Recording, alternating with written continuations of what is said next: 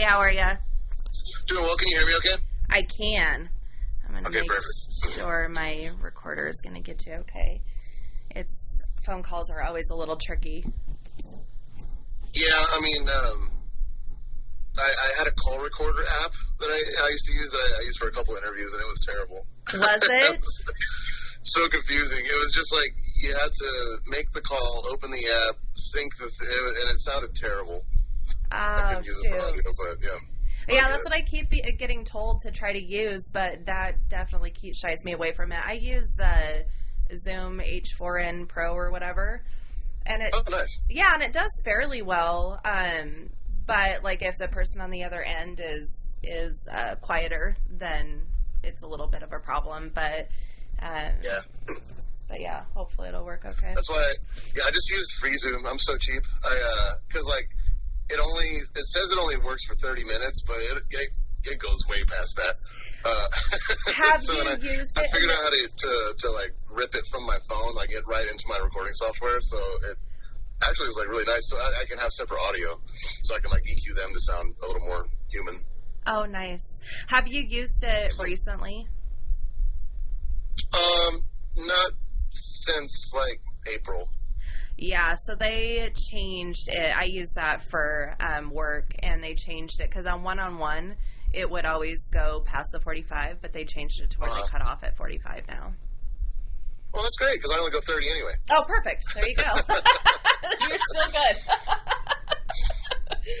I get really, with my sessions, obviously I have to go past 45. Oh, sure. But with interviews, if they don't have interviews after me, I get super greedy. And if the conversation's going well, then I'll just keep going until I can tell that I'm like, okay, I've gone too far. I hate when you get it like right in the middle of somebody's press day or right at the end when like like KK Downing, he only had like 20 minutes left in him. Like when I got to talk to him, you could tell he was over it, but whatever, shit happen. Well, that's where you have to start kind of trying to get creative, and that's tough because people want to hear, what's got like, especially if they've just come out with an album or had something exciting going on. People want to hear about that, and so you're like, how do I ask that without being like the same question that they've already answered 50 times today? Yeah, I was actually Billy's last on Friday. And I kind of thought the same thing. I was like, oh, he's probably just freaking done. And we went for almost an hour. Nice. Yeah, so it ended up going really nice. But yes. How are you feeling today? Yes. I'm doing okay. I got some news yesterday that sort of pissed me off. And it was just like I kind of had a bad day. So today's doing a lot better. Sorry, I had crappy news yesterday, but glad to. Oh, that's okay. It's just I'm still waiting on my Airstream, to get repaired. And in Vegas? The shop. I'm sorry, what? The one in Vegas? Oh, no, my Airstream. The trailer that I live in. Oh, see, I don't know what that means. I just went to technology. Okay. You know what Airstream is, right? Those big aluminum RVs. I did not know that that's what they were called, but I know what you're talking about now. Yeah. That's the repair shop finally called me and told me that some of their techs crashed into it and like dented the whole side of it, and they're gonna have to like take off 2 of the aluminum panels and replace. They're doing it all for free, but I was like, "Are you fucking kidding me?" So they're like, "It's gonna take us longer, man." So the lady holding my spot where I'm gonna park it, like, is being super sweet to me, and I offered to pay for the whole month just to reserve the spot, but she told me she's going to keep it for me and not charge me anything, so that was really nice of her. That's nice. Yeah. Oh my gosh, but I'm just so tired of not having a home. Yeah, you've already been waiting for such a long damn time. I know. Gosh dang it. Mm-hmm. Well, hopefully. And then my baby mom was sweating me for money yesterday, so I was in such a bad mood. I was like, you know what, I'm just going to give her the money. You know what? Fuck it. Figure it out. Somehow money always works out. I don't know how, but somehow money come, money go. It's not worth getting mad over that. Yeah, for sure. So, speaking of which, how did you guys do on the latest tour? Were you guys able to bring in some good crowds and merch sales and stuff? Yeah, you know what? It was actually one of those nightmare tours that, like, if the shows weren't amazing and if the merch wasn't so good, like, this is the kind of tour that, like, bands break up from. You know, just like everything that could have gone wrong went wrong. Like you know, AC went out in our van right when it got really hot, and you know, like, couldn't fix it for like days, and then like the engine started misfiring, and so we're already rolling down the road, you know, with the windows down and just living, you know, just raw dogging life in a van, you know, and then in Little Rock, there's different theories out there. I'm not going to get crazy with it, but some people think we hit something. I was in the front seat and I saw the fucking road. There was nothing in that road. But something hit our van. We think somebody threw it at us, or either that or it was like hidden in the road. But anyway, it was basically like a little mini IED like bomb or something like that. Some like punk kids probably like made a bomb out of a spray paint can and roofing nails. And the way that our van looks, it looks like somebody like threw it at us, because like it sprayed paint everywhere. Basically, we were just driving down the road like in a residential neighborhood, and we just heard this like and just the reeking smell of paint everywhere, you know, just permeating everything. And I knew it was paint, but I was like, maybe our heater core exploded, and that's what Freon smells like. I couldn't tell, you know. I was like, I just never smelled that. So we pulled over, and there's just roofing nails all shot into our tires, and just paint sprayed all over our van and trailer. And there wasn't a Home Depot bag in the road or anything, like, you know what I mean, like shit like that. It was some dumbass kids probably like made a stupid thing and like threw it at us because they're bored and thought it was funny. But anyway, it was just thankfully the roofing nails didn't puncture our tires all the way through. They just kind of like shot in them a little bit. But we were able to make it down the road to eventually, finally in Nashville, we were able to find a rental van, because you can't find rentals for shit now, you know. So we were finally able to find a rental van in Nashville, driving from Tulsa, Oklahoma to Nashville, Tennessee with a misfiring engine and no AC. It was brutal. But we finally got a new van and finished the rest of the tour. And yeah, but it was just like it was crazy. If we hadn't have gotten to play Welcome to Rockville and, you know, see Kiss and everything, like, that would have been just like the ultimate disaster. But we did get to play Rockville. I don't know if you saw that a lot of the bands didn't get to play it because the weather was so bad this year. Oh, no. That I think almost the entire second day got canceled, and then almost the entire third day got canceled except for Guns N' Roses. Oh my gosh, and, I didn't see that. People were so pissed. Like, people weren't allowed to camp. They had to go like seek shelter in under the grandstand of the Daytona Speedway, and shit. It was just a total shit show. But we got to play, and I got to see Kiss, and I snuck my way into the owner's box, which is where the only open bar was, which had a giant tent with AC in it. And yeah, I got, like, artists weren't allowed in there and everything. But hey, Danny Wimmer, if you're out there, I'm sorry I snuck into your owner's box and drank all your booze and watched Kiss from like 20 yards away. It was incredible. So yeah, made it all. It was a hell of a tour. Yeah. Oh my goodness. Yeah, it was your first comeback. Well, yeah, first-ish comeback tour. So that's pretty terrible that that's how it went. That's not necessarily true, because we did last fall we opened for Primus doing their whole oh, that's right. And then we also did our own West Coast headlining tour earlier in the year, which was very successful. It was really great to be back on the West Coast. Which is really funny that I said that, because I'm actually wearing a shirt from that show. I unfortunately didn't get a go-to, but I had some of my friends pick up me and Hendrix some shirts that I just ended up getting a couple days ago finally, because I'm terrible about leaving my house. So you think I would have remembered that, but I did not have coffee yet, and I said I was going to, and I have not. Oh, it's okay. I did, thankfully. So. Yeah, thank goodness you remembered. So yeah, what's on the? It's so weird asking you these questions, because I've already asked you these questions before. But so what's on the docket? For the record. For the record. For the record. I know. I was like, aren't a lot of these questions that a lot of people are going to want to know? I've already asked you. So, so what's on the docket next for the Sword? Well, I mean, I guess I can kind of talk about it. There's some things I can't say specifically, but we have some exciting, just sort of new versions of old things coming out. I can't say what's what, but there's going to be some just fun re-releases so at some point in the future, vinyl manufacturing is obviously so backed up. Everybody knows that. Mm. But so it just kind of, whenever it happens, it's going to happen kind of thing. So there's, fun things like that in the works. We have been messing around with, new material and haven't necessarily decided on a direction yet as far as if it's going to be an EP or an album or whatever. But we're working on new songs, and we're on this last tour. We revived an older tune that was so JD and Trivett, our original drummer and our singer, they used to live in Richmond, Virginia, and they were in a band there called the Ultimate Dragons, and that was kind of like a pre-Sword sort of band, and this was in the 90s, and so by the time I moved to Austin, which was in 2000, one of the first people I met was a guy named Ben White, who was actually the first bass player of the Sword, and he was the bass player for Ultimate Dragons.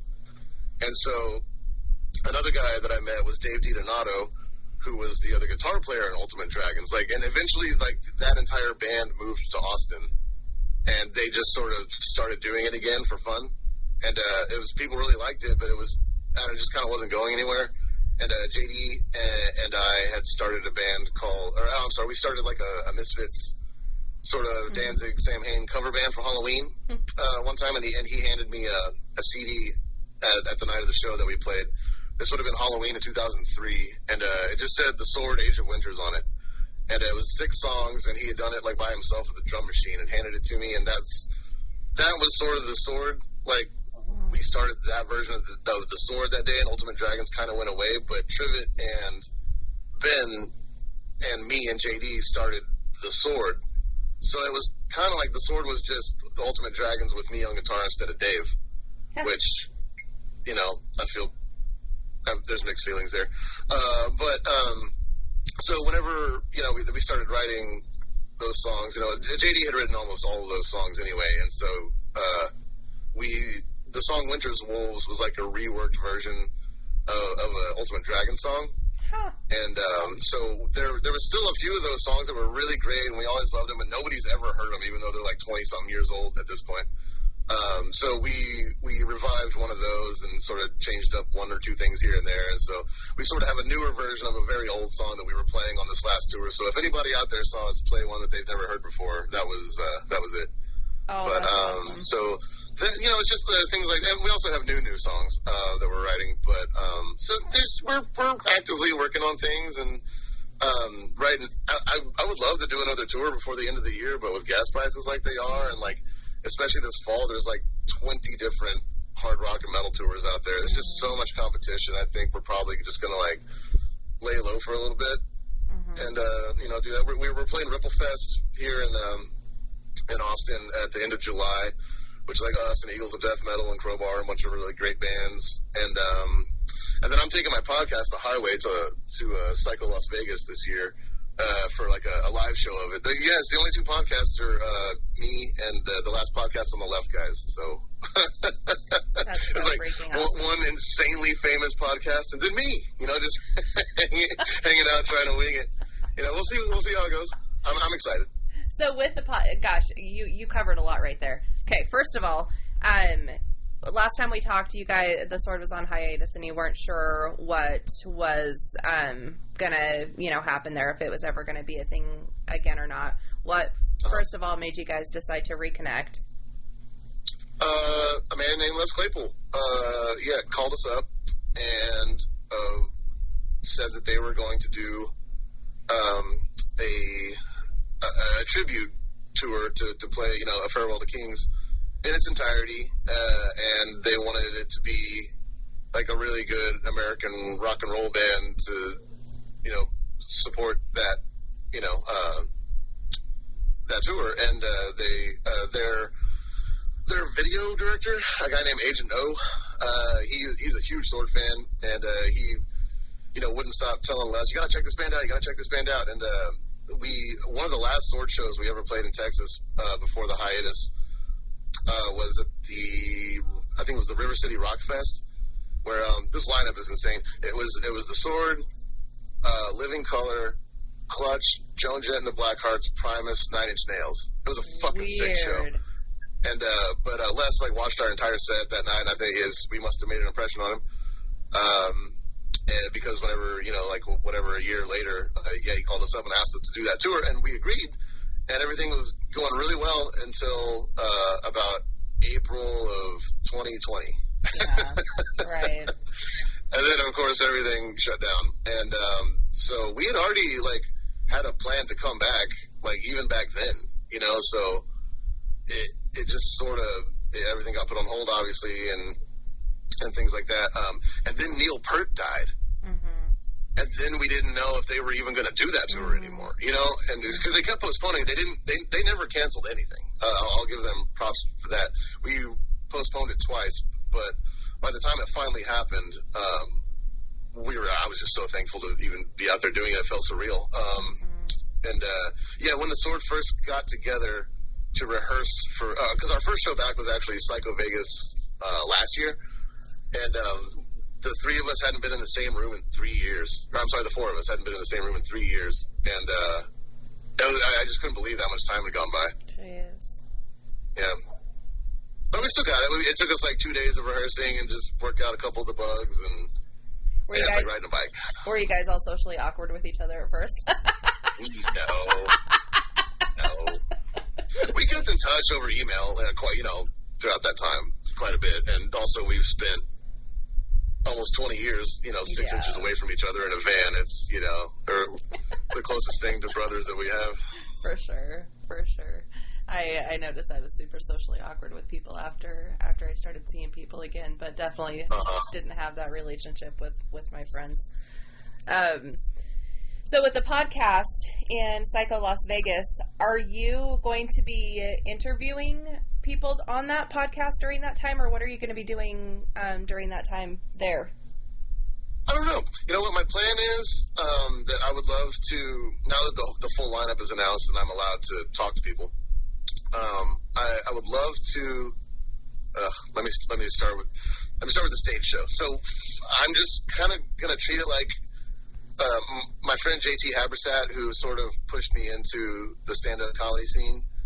I'm more of a storyteller, I guess, but whatever. It's still stand-up, And he's had me on quite a few of his gigs that he does, and I've sort of morphed my own 25 to 30 minute set that I can do out of it. So I'm probably going to start up top with just like 15, warm the crowd up a little bit, and then bring out hopefully like a panel, or at least like, 3 people from 3 different bands out, and like each, because I think he wants me to do 2 shows, like one on Friday, one on Saturday, and so like I'll pick a theme for each show, and then we'll just kind of riff on that for however much time is left in my show, and then so that'll be like the stage show, I suppose, and then I'd also like to turn my hotel room into like a mobile recording studio where, I just set up interviews with as many bands as I can. I don't want to like bite off more than I can chew, but I would love to get at least like 2 interviews a day for the 4 days that I'm going to be there. So that'll be like 8 episodes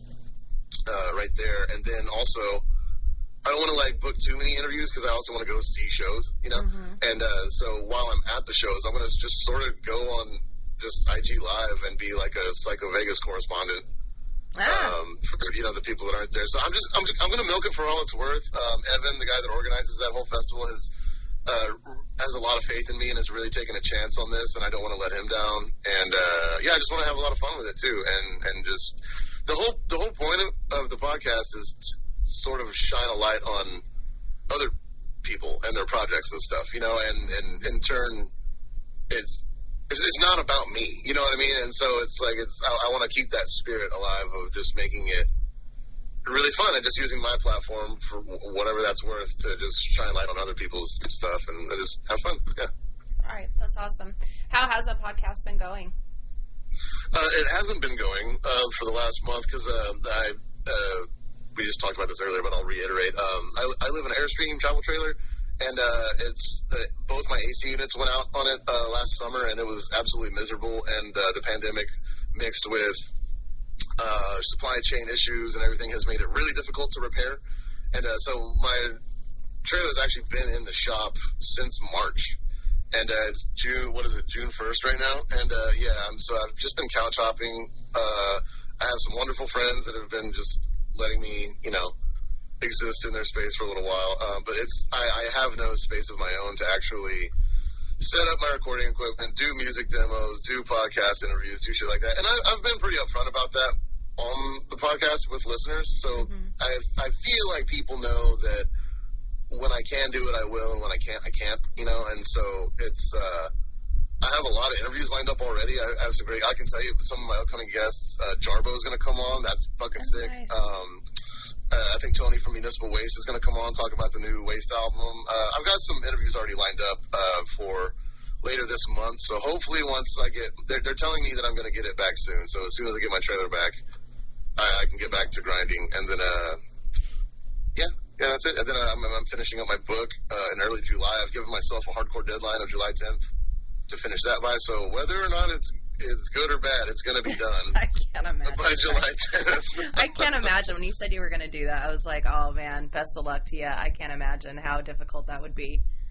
And, I'm a promo guy. I'm a marketing guy. I'm really good at selling myself and just, having fun with it, and it was – the book Kickstarter thing was really more of, a survival instinct just because, everything was taken away from artists and everything like that. So we just kind of had to scramble during that time period. I don't regret it, but it was a lot more difficult than I thought it was going to be. And I'm an idea guy too, so I already have ideas for more books, and I'm just like, shit, but I have to finish one first, before moving along to the next idea. But the next idea is going to be really fun.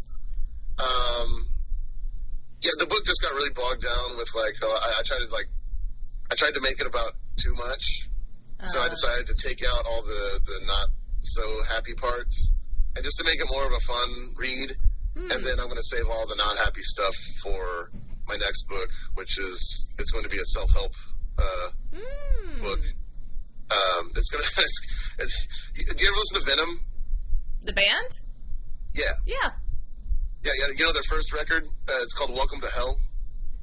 I don't. I'm going to write a self-help book called Welcome to Help, and it's going to be. The subtitle is The 666 Stages of Grief. And, it's just going to talk about the darker side of myself, but in a somewhat of a lighthearted way, so that hopefully it can help people, get through a tough time. In the scheme of things, I'm a really lucky guy, and my hardships aren't necessarily anything more greater than what anybody else has to go through. But still, people need help, and I don't know. If something that I can share can help somebody, then that makes it all worth it. I think that's awesome. That's a great idea, and that's obviously very clever as far as the titles and idea. But I think it's really important, especially now. I mean, mental health has always been important, but it seems like it becomes more and more important when our world has been struggling. Collectively, everybody could use it. So I think that's a cool idea.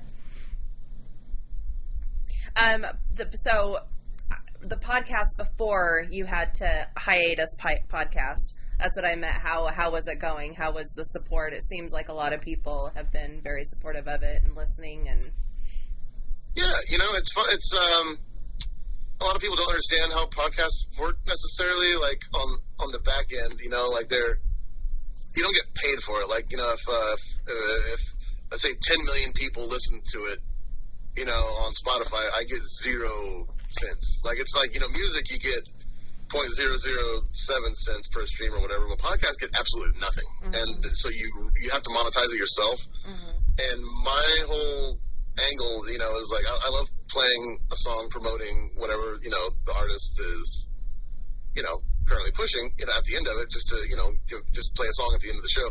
And when you do that, you violate the copyright right on YouTube. And so whoever owns the copyright to that material gets the monetization stream. And so, my YouTube channel isn't monetized. The podcast itself isn't monetized. So I really just have the Patreon page that people can contribute to if they want to just help me keep the thing going. And it's not a ton of money, but it's a passion project. It's a lot of fun. It's relatively easy to do. And I've kind of got it down to a science now. And I'm really excited to take it to the stage to see if that's something that, I could help further monetize it, because, I'm definitely getting paid to do that show. Mm-hmm. And so that's great. And so it's baby steps. I have no background in communications or anything, but nothing's too hard to figure out. I do have an entertainment background, so at least I know how to navigate those kinds of things. But yeah, it's interesting seeing the different ways that you can monetize things or not monetize them or whatever. And at the end of the day, the sword is always going to be my bread and butter. And people want that more than anything. But we only do that every so often, so it's. I like to fill up my time with other fun ideas instead of just getting a job that would make me, want to crawl in a hole and die. Mm-hmm. All right, for sure. Well, and you have gotten really creative. You're still doing the artwork on. Are you still doing it on the albums, on the album covers that you're doing? Oh, geez, I forgot about that. Yeah. So I still have a Didn't handful that I have last to one? do. I'm kind of pumping the brakes on it because, for as popular as that was, for people that don't know, I take copies of my solo LP, which is the cover is just a velvet painting of me that I had commissioned, and I'll just paint over that version of myself as whatever, Space Ghost, RoboCop, me as one of the Muppets or whatever. I've had a lot of fun with it. I've done over 200 of them, and I kind of actually had to up my price because the better I got at it, the more detailed I would make them, the longer it would take me. So in the scheme of things, it almost got to the point where it wasn't worth my time if I didn't get a certain price point. So not everyone can afford what I charge. It's basically $100 a pop. If I'll paint myself as Homer Simpson from the Treehouse of Horror where he turns into a donut. I don't care, but I will do it for $100. And so some people that back when I was only charging $50, I was selling a lot more, but I ended up kind of getting in over my head, and it just took a lot of time, and so I had to take a little break from it. But and there was a bunch, that I didn't post, that people would ask me something, and I'd be like, oh God, but I would do it because they would pay for it, and it made them really excited. Right. So it's like this is what you want, okay. But whenever I could see myself firing it up again. Whenever the book is done, and maybe once the sword has recorded some new songs, or I would still like to do another solo album. I've got a lot of ideas for it, but I just don't really. I don't have this is going to sound sad, but I just don't have a song in my heart right now. Mm-hmm. Lyrically at least. So I think the book is kind of taking up all my words right now. Mm-hmm. And so there's a lot of music there. There's just not a lot of lyrical inspiration. So I'm not going to force it. Whenever it happens, it'll happen. I just think the painting needs to stop for a while because it's just it takes a lot out of me. It hurts my hand, because each one, if I really concentrate, it will take me about 3 to 4 hours. Didn't you just do a Neil Fallon one? Yeah, I didn't post it though. I showed you because I like you and I know you think it was funny, but it's those. I'm not gonna post that. You know what I mean? That's. Number one, I'm really good friends with Neil. I don't want him to be what the fuck, It turned out really good, though. I appreciate it. That's funny. The person that got it is fucking stoked. So, you know what? Good. If I can bring some happiness to somebody, that's fine. That was such a reluctant, Yeah. Okay, good. So you're thinking about, I don't know. I get that your words are all tied up in the book, but I would be surprised if there weren't some really heartfelt lyrics in there right now with everything. I have some, that are, it's I don't know. I just don't know how to convey what I'm saying. I just, right now, I don't have the time to sit down and really pour over each syllable and think about it, because as silly as the songs on the first album may be on the surface, there's a lot of truth and a lot of pain in there, and but I really did think about it.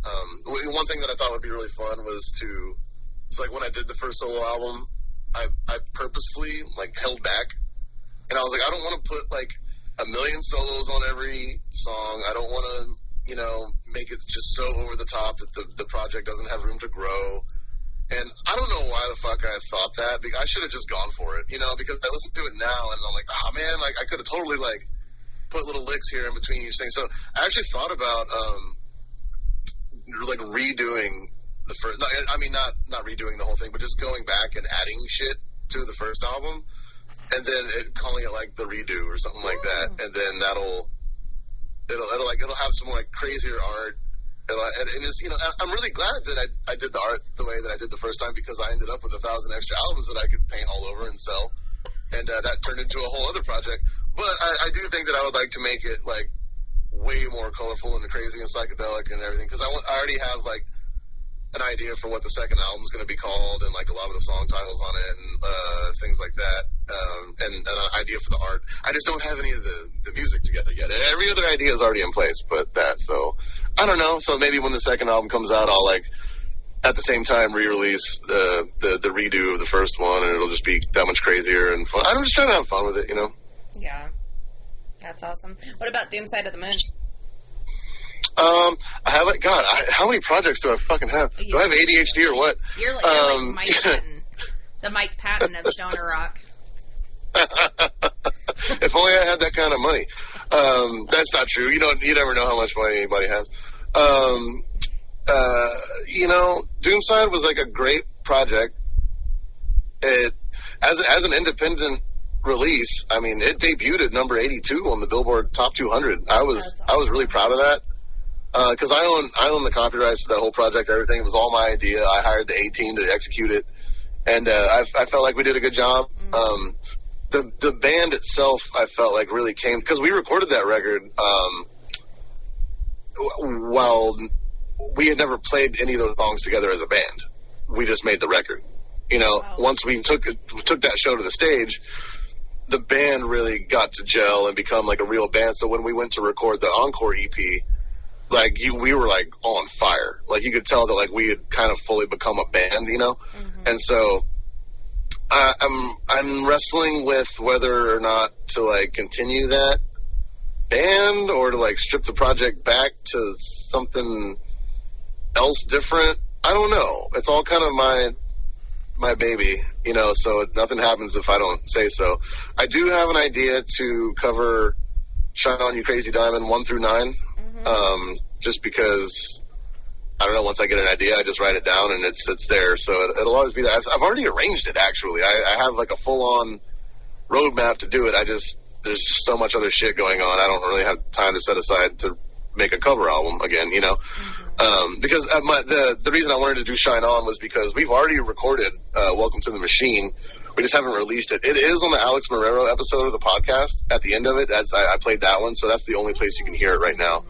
But it would be fun to finish the Wish You Were Here album, because we've already recorded Have a Cigar and Wish You Were Here and Welcome to the Machine. So if we just did Shine On 1 through 9, that I could repackage that as Doomside of the Moon's Wish You Were Here or whatever. Yeah, that'd be awesome. I have the album and the EP, and I see them quite regularly. I think you guys did a fantastic job. Thank you. Yeah. It was fun. It felt like sacrilege at first, but I got used to it, No, I think you guys did a good job. You put a good spin on it, but yet it still sounds like the originals, but yet with your own, flair. It's different enough that obviously you can, separate them and know that it's a cover, but yet it's really well done in the vein that you guys did it in. Well, thank you. For sure. Do you have a favorite Sword song? I don't know. I'm sure I would answer it differently every day you ask me, but I don't know. They're all fun. I have a few least favorites. But we brought back Tears of Fire on this last tour, and I kind of wrote a lot of that one musically. And so that one's really fun. It was just one of those, I don't know, the super techie Warp Riders tunes to me are really fun, just because like there's a million notes. It's super tech metal, but we were like so fucking stoned the whole time. I don't know how we did all that like on that much weed. You know, it's preposterous. So sometimes when I play that, like we just can't write songs like that anymore, which is funny because, you know, I'm glad we did and that, you know, made that journey and we'll always have those songs to play. But like when we write songs now, it's way more chill, you know, and we can make, you know, heavy sounding songs without it just being this like, I don't know, note diarrhea, you know. You're getting older. Yeah. Oh yeah. It's happening. It is. Those things change. There's only we brought back pretty much everything. Fire Lances was a lot of fun to bring that one back. But there's a couple of those. Like we tried to play Lords again, and we were just like, you know what? Like, I'm good. It's, you know, like it's a weird song. I wrote that one, so I can say that. You know, it's a weird song. It was back in the day when I thought I was being a clever, you know, songwriter by making the chorus a different key than the verse, which didn't really work out that way. It worked when I wrote Tears of Fire. I got better at it, but then I felt like that was like the end of my stupid journey, like writing songs in two different keys at the same time.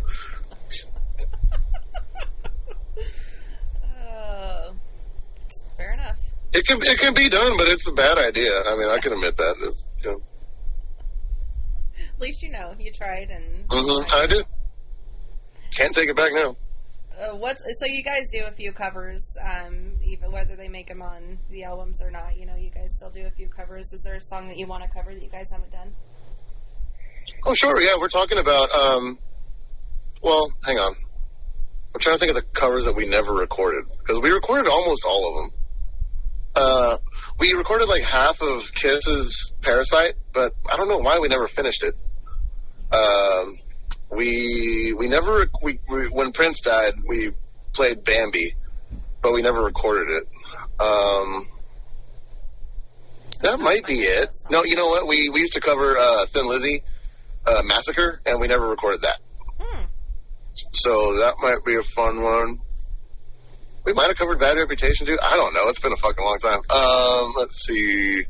We used to cover How the Gods Kill, but we stopped. We never recorded it, and we stopped doing it whenever Danzig started playing How the Gods Kill again, because he didn't play any of that shit for a long time. But whenever he got Tommy Victor and Johnny Kelly in the band, they started playing all the How the Gods Kill songs again, and like, yeah, so once we heard him do that, we were like, he's still doing it, let's not do that.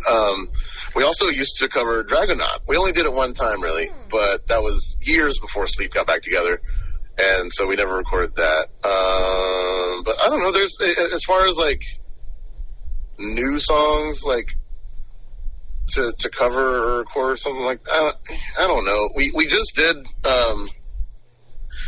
one that I can't talk about yet, but well, we just did two that are kind of fun. I can't tell what one of them is, but when we covered Mr. Crowley on this last tour with Zombie, we got Steve to come out and do the synthesizers for it, and we did record that. And we recorded one more, but I'm not going to tell you what it is. It's going to come out soon. Okay. And then, but you know, I don't know. You know what it's not like that I would cover this song necessarily, but I really appreciate the way that the Smashing Pumpkins are currently covering Once in a Lifetime by Talking Heads. Huh. It is fucking devastating. Look it up. You can find it on YouTube. Like, you won't know what it is, and like, because they just start playing this like crazy jam, and you're like, wow, this is heavy as shit.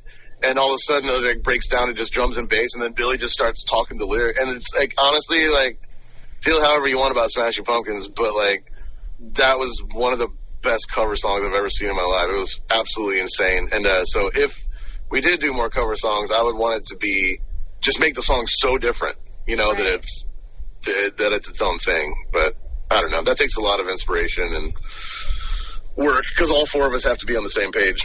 Right. Well, and you have to take something that is, you know, loved by either you guys and probably other people, and kind of already having a melody and having you know, the idea in your head, have to try to spin it. That'd be tough. That'd be way tougher. I just forgot. We used to cover "Surprise You're Dead," and we never recorded that. And we would only do it whenever, like, JD's amp would break or something. You know, we only did it, like, twice, I think. And it was, like, one time we were playing in, like, Calgary, and JD's amp went out. And there's nothing worse in the middle of a rock show than, like, having to stop and try to fix something and whatever, you know? So while the tech was fixing JD's amp or swapping it out or whatever, you know, JD just looks at me, he's like, "Play Surprise You're Dead right now?" I'm like, "Fuck yeah, dude." So we just, like, looked at each other like, 1, 2, 3, 4, down, down, down, down, down. And the crowd went fucking ape shit. It was crazy. Well, I'm requesting that next time you guys come to Boise. That's a tough one. We'll see. I don't know. Get it together. I'm a huge Patton fan. Oh, sure. Yeah. I would love to see the Sword cover in Patton. That'd be amazing. It was fun. I'll bet. All right, top 5 albums that you, I mean, I know this will change every time I ask you, but that you can think of right now. That you think everybody needs to listen to. That you feel like should be necessary for everybody to listen to. Nobody's gonna like my answers. Let's see here. Yes, I've been into a lot of weird shit lately. There's this band Cheekface that I think is just probably the most original band around right now. It's just one word, Cheekface. Really weird band name. I don't know why. I don't really care. Their music is fucking phenomenal. They have a bunch of singles out. They have 2 albums, but their album, it's called Emphatically No, is very, very good. But they have lots of singles that are very good too. They're more like, they're like if, I don't know. You know that song Park Life by Blur? Are you a Blur fan? I'm a big Blur fan. It's like, they have these real catchy songs, but they just sort of talk the lyrics. But it's not rapping. It's just talking. It's interesting. You just have to check it out. But if you let it, it will fill you with so much joy, because the singer is like the sassiest, like most pessimistic, fucking, like happy-go-lucky person ever. He's cool. I'm going to see them at the end of June in Austin. I'm very, very excited. What else do I listen to? The new Pusha T is absolutely incredible. I'm not a fan of much modern hip-hop, but this dude nailed it with that new record. I'm sorry, I can't remember what it's called, but it just came out like a month or 2 ago. Very, very good. Cheekface, Pusha T. What else is good right now? I'm the worst. They've been Halas. They just put out a great new record. They're from Sweden. They play a strange brand of music they call adventure rock, and all their albums sort of like tie into the same story that goes along and along. It's their latest album's called The Isle of Wisdom. Yeah, they're with Napalm, right?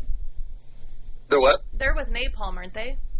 Yes, they are. And great band. And their older records are cool too, but this new one's like kind of their heaviest one yet. Mm-hmm. They do a lot of like the Wishbone Ash, Thin Lizzy style, like twin leads and stuff like that. They're a very good band. They're from Sweden. And who else? You know what? I don't know. Let's go old school. Gotta throw some Prince in there. Prince is always he's the GOAT. He's always going to be on my top 5 list no matter what. I always say Sign of the Times, you know, but I've been listening to Parade a lot lately. I don't know why. It's kind of a weird, disjointed album, and I think it's fun because he recorded the A side of that record in one take. So like, he went in, said "roll me," he did the drums, and then it was like one take, done. Then he went in and got the bass, put the bass on, one take, just went and layered the entire first side of that album all in one take, like a boss. You know, like it's insane. Like I saw this interview with Prince one time when the lady asked him, like, "Do you think your latest album is the best album you've ever made?" And he answered, "It's the best one I made this week." And I was just like, God, what a boss, man.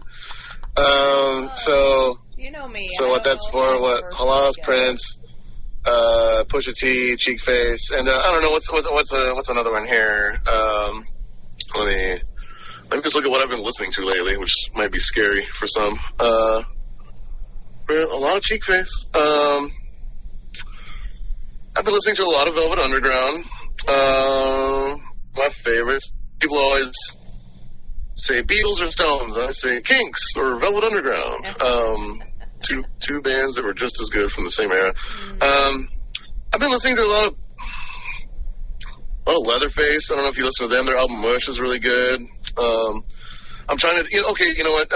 This is one that a lot of people get miffed at whenever I say it. Is like, what's your favorite guitar album? I'm like, Cyndi Lauper. She's So Unusual. They're like, what? You know, like, no, like, people don't understand how fucking amazing how amazingly difficult those songs are to play. Like, put that album on and just listen to the guitars. And like, that song Time After Time is one of the most difficult songs to play on bass or guitar or sing it or anything. Like, those songs are fucking genius, and they're some of the best goddamn songs I've ever heard, and I could put that album on anytime, any day. I'm even thinking about doing it as like a tribute, like a Hoot Night thing or whatever in Austin, to where, put a cover band together and play the whole album. I just have to find Cyndi first. That's good luck. That's not an easy role to just jump into, so it's like, yeah, we'll see. I don't know, but also those songs are goddamn difficult to play, so if anybody wants to like get better at guitar, just try to learn how to play Time After Time, and like you'll learn very quickly that it is a fucking hard ass song to play. That's hilarious. You never cease to amaze me with your answers. They're always so off the wall. Well, and they're not to me. Yeah, right. To me it's just normal. Sometimes people just want me to say Slayer, and I'm just like, I'm sorry. I love Slayer, but I'm just a little too close to home on that one, Kerry King's a fucking douchebag. Right. Whatever. Not only do you not go, like, Slayer metal route, but you go clear over to 80s pop Cyndi Lauper. That's when I grew up. I don't know.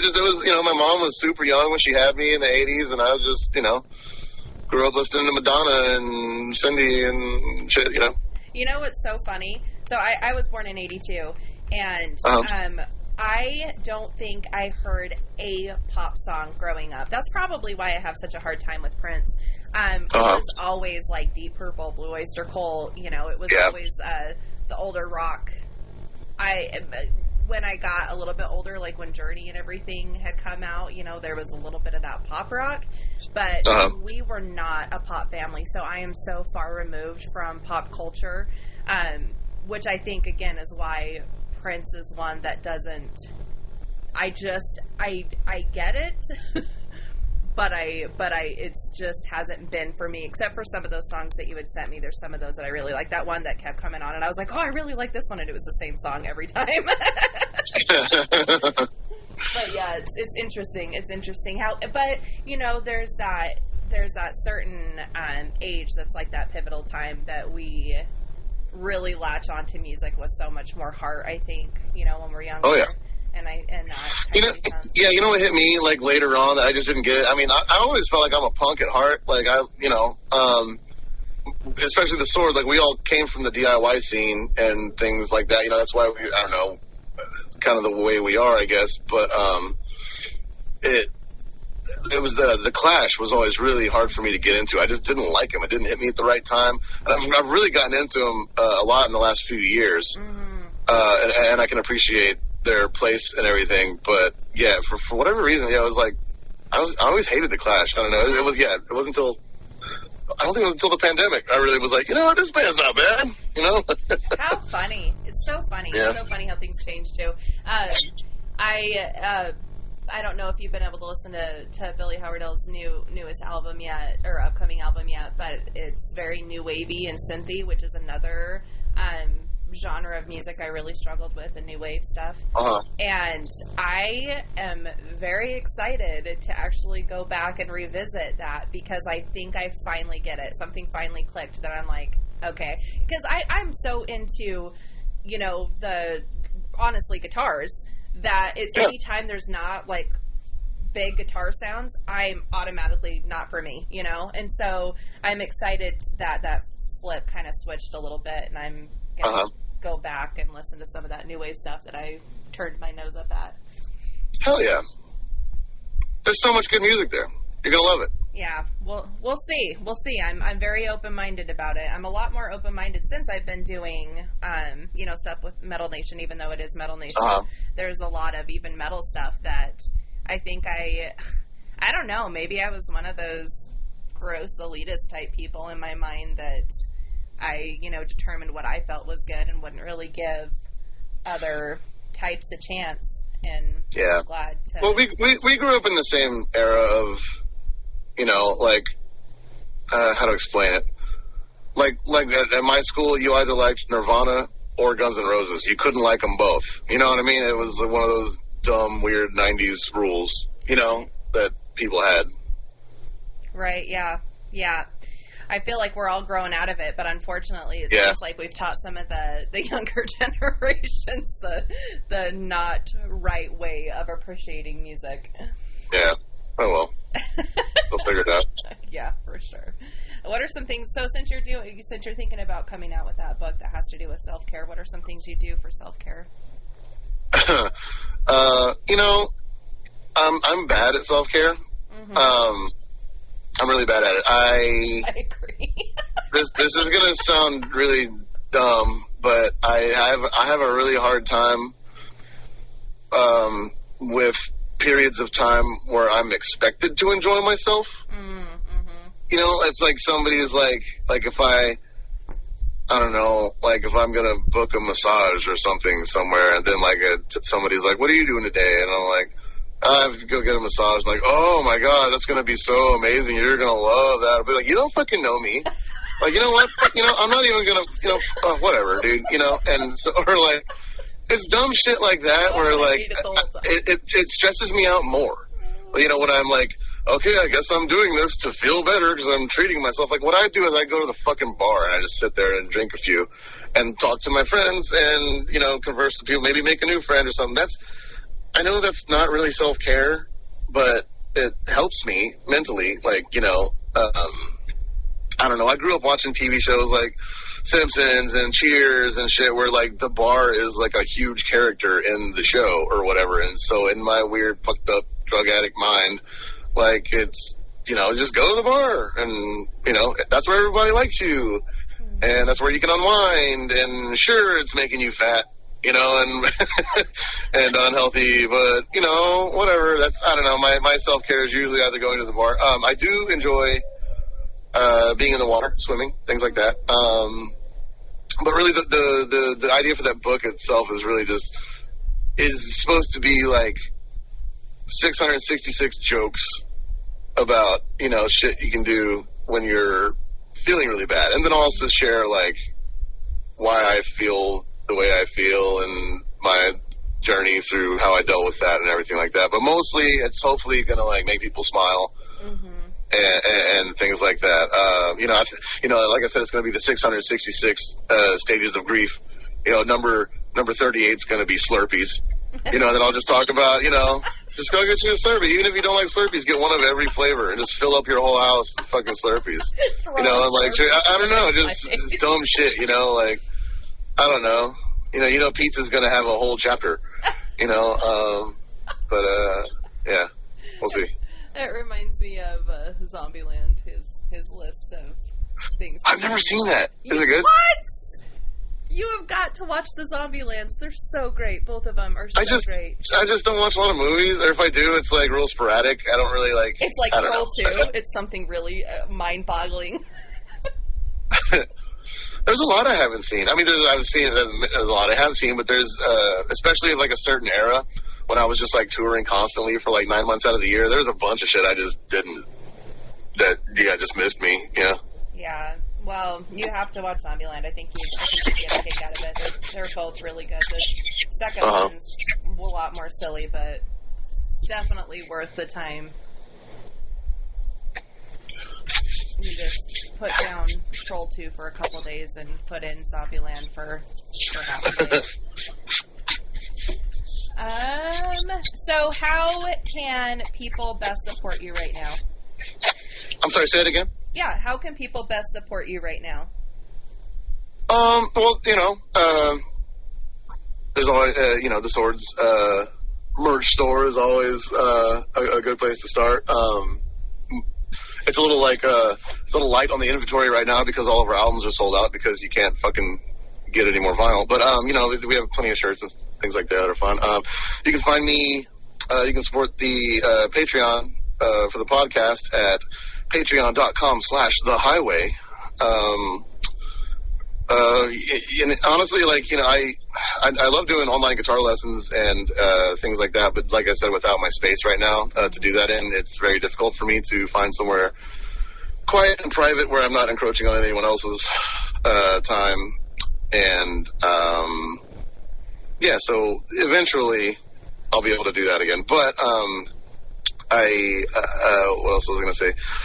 You know what? If somebody wants to throw down for the paintings, I'm down to do another one. You know, I typically will say, like, anything you want, you know, but just with that in mind, you know, just know that it has to be like a version of me as whatever, you know. Mm-hmm. So the ones that are a lot more fun are like superheroes or like a very recognizable character from a movie or something like that, you know, not so much like do my dog but like with your hair, like, all right, dude, like, okay. If you scroll deep on my Instagram, scroll pretty deep, you can see I did like 150 of them over the pandemic, and they're all there. Yeah, it's at Kyle Shutt on Instagram. And then if you want to take a peek into my drunken thoughts, you can find me on Twitter at @Shutt_solos. And yeah, you can see all kinds of just stupid ideas that I have. I just put them right out there. And it has a tip function that was like, turn on your tipping function. I was like, yeah, like nobody's paid me a dime. It's fine. It's totally fine. Twitter? Is that what you said on Twitter? Yeah. Oh, I don't use that, so I don't really know what that looks like. But that's good for people to know that's something on there. That's an option. That's crazy. They have a tipping thing on Twitter. That's interesting. Yeah. I need to get more on top of these social media things. You know, Twitter's oof. I mean, it's a rough game. You got to be committed and whip smart if you want to get ahead. You know, and it's a level playing ground. That's why I like it. It's because the richest man in the world, you know, all he wants to do is be funny on Twitter. But you know, money can't buy that, fool. I'm sorry, man. Yeah. So it sounds like it might be a little bit time consuming. It can be if you let it. Mm-hmm. Also, it can be really poisonous if you follow the wrong accounts. But you know, that's what I try to keep my shit tight. Right. Yeah. Oh, I forgot to tell you, I'm almost done with the Me Talk Pretty One Day book. Oh, it's great, isn't it? I'll talk to you about it later. If you don't like it, you don't have to like it. I just think it's one of my favorites. It's pretty good. It's definitely keeping me entertained, but it's one of the only books that made me laugh out loud. Okay. You know, and that's kind of why that's difficult to do with the written word. For sure. And that I can get. He seems super lazy. He seems like he doesn't want to put time into anything. He's just like a turd. He's got another book called Naked that's basically the same thing, that has a lot more stories about his sister, who is, you know who his sister is, right? Yep. Yeah, so it's like, she wasn't much of a public figure besides Jerry on Strangers with Candy back in those days, and so hearing those stories about her, like, I was just like, I cannot believe she hasn't murdered you for writing this shit. You know what I mean? But, yeah, it's fun. I don't know. I think it's great. It's like a real slice of life kind of thing. And he also wrote a book called the Santaland Diaries where it's like his memoirs as a Christmas elf in a department store, and it's fucking outrageous. Huh. I haven't heard of that one. Yeah. I've heard of the other one. Yeah. I have one of his. I'll have to look and see which one it is. I want to say it's called, like, Calypso. Is that one of his? Maybe, I don't know. He did one called Dress Your Family in Corduroy and Denim. No. I guess one called Barrel Fever. I don't know. I kind of fell off after a few. Yeah, I can't remember. It looks like wood on it. Like it's a interesting. But I've never read any of his before until this one, and so yeah. So it's been kind of fun. But I need to finish it. I'm a lot more slow moving than I usually am with reading books. But favorite song from a movie soundtrack? Ooh, I don't know. One of the ones the sword was in. I don't know. Do you guys need a movie soundtrack? We were in a ton of soundtracks back in the day. We have like the the best scene in Jennifer's Body. The scene where she's swimming naked up out of the lake. It's like the Phoebe Cates scene, you know? I haven't seen that. Of the movie. The director requested Celestial Crown to be played over that part, so it's a pretty sick scene. Cool. We were in Lindsay Lohan's first R-rated movie. It's called I Know Who Killed Me. They play Freya over, like, when she, like, has a flashback of the first time she ever stripped, and it, like, flashes back to it, and Freya just, like, comes in strong. It's pretty cool. There's, like, we were in a bunch. We were in Jonas Åkerlund put us in his movie, The Horseman, with Dennis Quaid, and he's like, it's like a murder mystery kind of thing, and like they walk into a tattoo shop where he's trying to like find some evidence or something like that, and they're like blasting the sword in the background. It's funny. But no, like, for real though. But another band that's favorite movie for soundtrack. I don't know. You know what? Like, one of my favorite movies is Casablanca, and that scene where Ilsa asks Sam to play As Time Goes By one more time, and he pretends not to know it, and then she, like, begs him to do it, and he plays it. That's one of the best scenes in the whole movie. That's so killer. I haven't seen that movie. Oh, you're missing out. I know. It's a classic I need to go back to. That's interesting. I could watch it anytime. It's the cool thing about being on an airplane is, I mean, 9 times out of 10 they're going to have Casablanca on it. I'll watch it right fucking now. I don't care. Oh, you know what though? What's the song? Oh, it's the, God damn it, what are they? The 110th Street. The very last song in that movie. Jackie Brown's another one of my favorite movies. And that last scene where she pops in the Delphonics tape and it just plays 110th Street, like with a close up on her face. It's one of the best endings to any movie ever. Yep, haven't seen that one either. Oh, you're missing out. I don't know. That one's great. It's like Robert De Niro just like hitting bongs like the whole movie. Just fucking like Bridget Fonda when she was still itty bitty, you know. Like it's a great movie. Huh. I've heard of it, but I've never actually watched it. I wasn't really even sure what it was about, but you see the... It's about drug smuggling, money laundering, things like... It's pretty basic stuff, but it's just a very well-told story. Sam Jackson's in it. Yeah, it's great. Yeah, it's kind of funny that we're friends. We're like polar opposites when it comes to stuff. All right, last question. Theme music. Your theme music plays every time you walk in public. Oof, that's a good question. I don't know.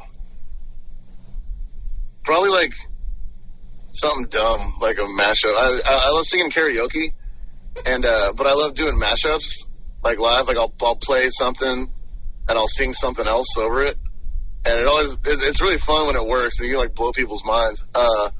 But I'll sing. One really fun one is to put on.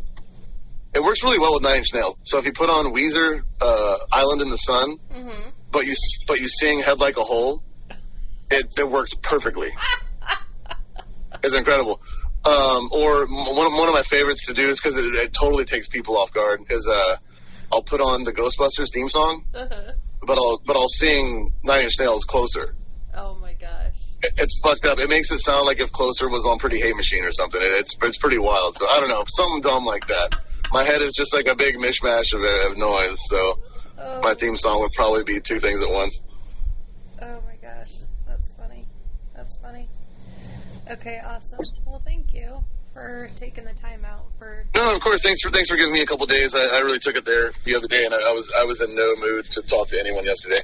No big deal. You know, it's always just kind of a fun little catch up with you when you guys don't have new albums coming up. And so I know people just kind of like to get a little bit to know the you. Yeah. So sometimes it's fun to do that.